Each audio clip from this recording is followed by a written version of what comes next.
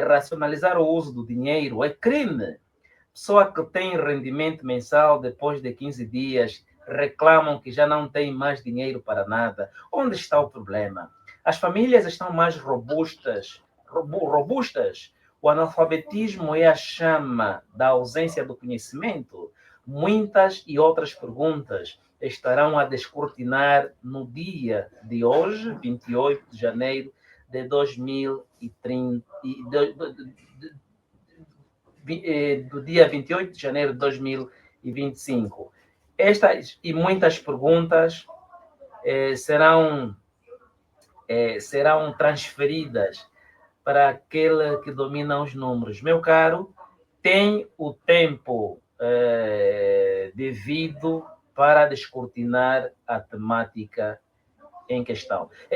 Já foi chamado uma vez de agarrado, antes de irmos várias vezes. Sim, mas foi chamado de agarrado é por não dar dinheiro ou como é que é? Pode nos contar essa experiência? Não, mas eu penso que é pelo hábito comum das pessoas. Aqueles que não têm uma educação financeira adequada, eles pensam que todo mundo deve fazer a gestão dos seus recursos de acordo com a forma como ele ou ela pensa. Então, para aquelas pessoas com uma educação muito radical no que toca às finanças, então pedem alguma coisa e, claro que não faz parte da tua planificação, você não vai dar, porque pessoas educadas financeiramente trabalham com orçamento. Ou seja, Uau. Aquilo que eu não ganho, eu não posso gastar. Parte-se do princípio que ninguém gasta aquilo que não tem. Então, pessoas sem uma educação em termos de orçamento têm esta frase habitual: o fulano é agarrado. A fulana é agarrada. Uau. E, na verdade, não. Só que existem pessoas que são racionais nos seus gastos. Ok. Pronto, agora sim, a palavra é toda sua para descortinar o tema em questão, os procedimentos que devem ser tomados em conta, o que não deve ser tomado em conta, porque hoje agora diz que janeiro é o mês da fome. Então, meu caro convidado, a palavra é sua.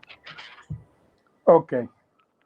Bom, nós mais uma vez aqui agradecemos e eu quero crer que depois desta nossa abordagem, o próximo janeiro já será melhor. Será melhor porque temos a plena certeza que os nossos internautas e não só vão abordar melhor o próximo dezembro, porque o janeiro tem sido a consequência de um dezembro muito mal gerido. E o que acontece, caro Terêncio?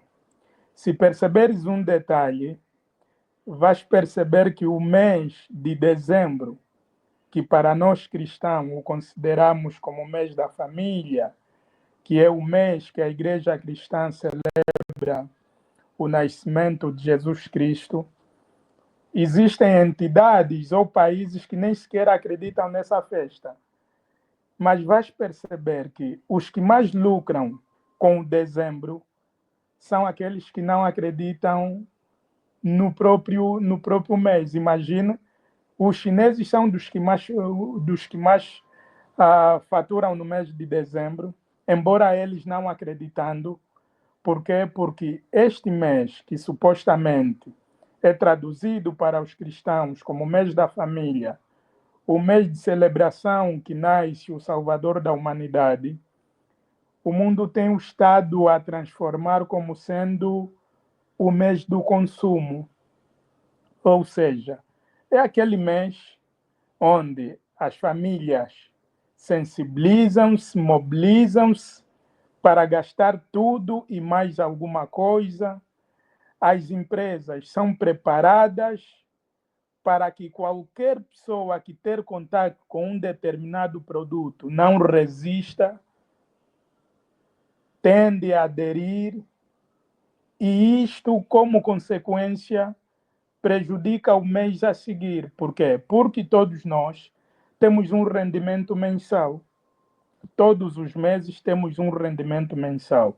E parte-se do princípio que ninguém deve gastar aquilo que ele não ganha. Ou seja, há uma educação financeira que as famílias precisam perceber.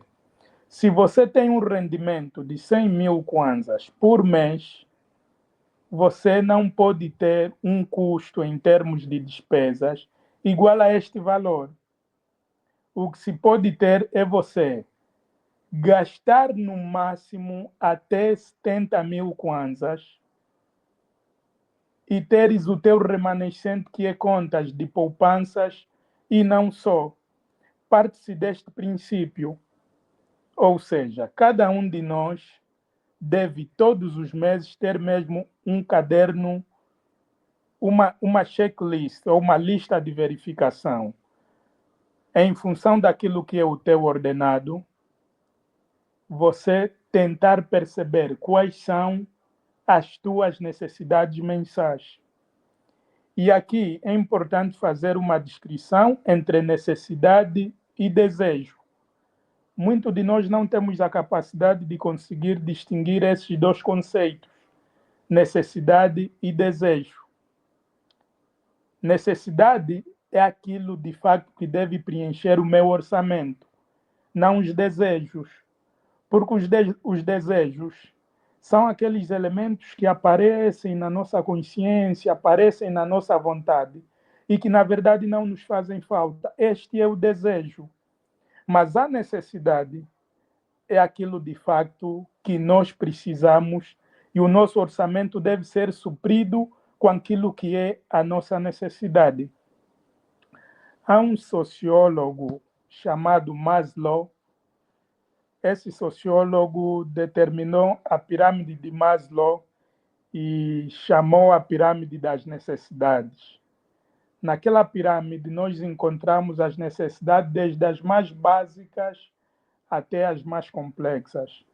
Nas mais básicas, nós encontramos as necessidades fisiológicas. Quais são os elementos que são importantes para a manutenção do ser humano? O que é que eu devo comprar no meu orçamento sem o qual periga a minha continuidade enquanto ser humano? Aqui estamos a falar de uma habitação, estamos a falar da alimentação, estamos a falar do ar que nós respiramos. São os elementos que nós podemos descrever como estando na base das necessidades básicas que o ser humano precisa. E depois, mais acima, vamos encontrar outras necessidades, mas que esta pirâmide também diz que só conseguimos atingir o outro nível das nossas necessidades enquanto homem quando as necessidades mais básicas estiverem salvaguardadas. Por exemplo, eu só tenho necessidade de segurança quando eu comer. Quando eu satisfazer a necessidade da alimentação, é que eu vou ter a necessidade da segurança. Ou seja, nós só reclamamos de bairros que não têm segurança porque comemos. Se nós não satisfazermos esta necessidade da alimentação, a necessidade a seguir nem sequer vai fazer sentido, que é a segurança, por exemplo. Então, aqui eu vou falar um pouco das necessidades fisiológicas, necessidades básicas. Aqui falamos da habitação e alimentação. E depois tem outras necessidades que nós podemos enquadrar lá no topo. E, em último estágio, podemos encontrar as necessidades da autorrealização. Os conceitos da boa educação